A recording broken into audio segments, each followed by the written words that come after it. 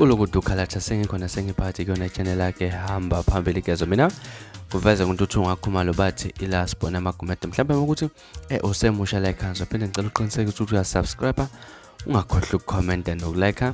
kanjalo futhi nokushare ukukhona okukhulu kunakho konke bafethu yabona mangasibheka lapha nezihamba phambili ngisho kuthiwa ngithanda impela ukuthi sikhulume ngezidaba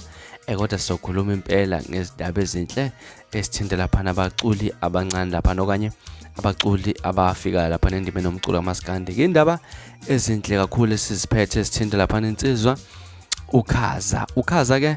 usikile lapha unyanyavu lwemoto lwehlobo leToyota lapha olufana ncemeshini nemoto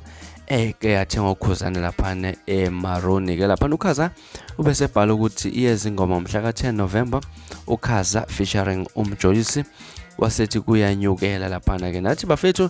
siready nkezo siyamhalalisela uKhaza sithi nje congratulations mfana omncane congratulations sazi ke ukuthi akena yedwa umculo ke wathi ukuhlabana impela kulonyaka abaningi impela lonyaka impela ubuke baningi abaculi abathe ukuthenga ezinye imoto okanye abanye kade beqala kuba lapha insizwa omdomazi kanjalo uKhuzani igcokama elisha unkosi amagcokama baningi kakhulu lapha insizwa nje esizinye nazo mhlawumbe sesikhohliwe nje kodwa ezike zathi impela ukuvakashela emagaraji zayothenga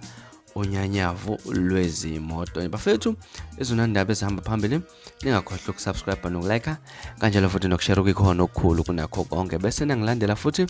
ku Facebook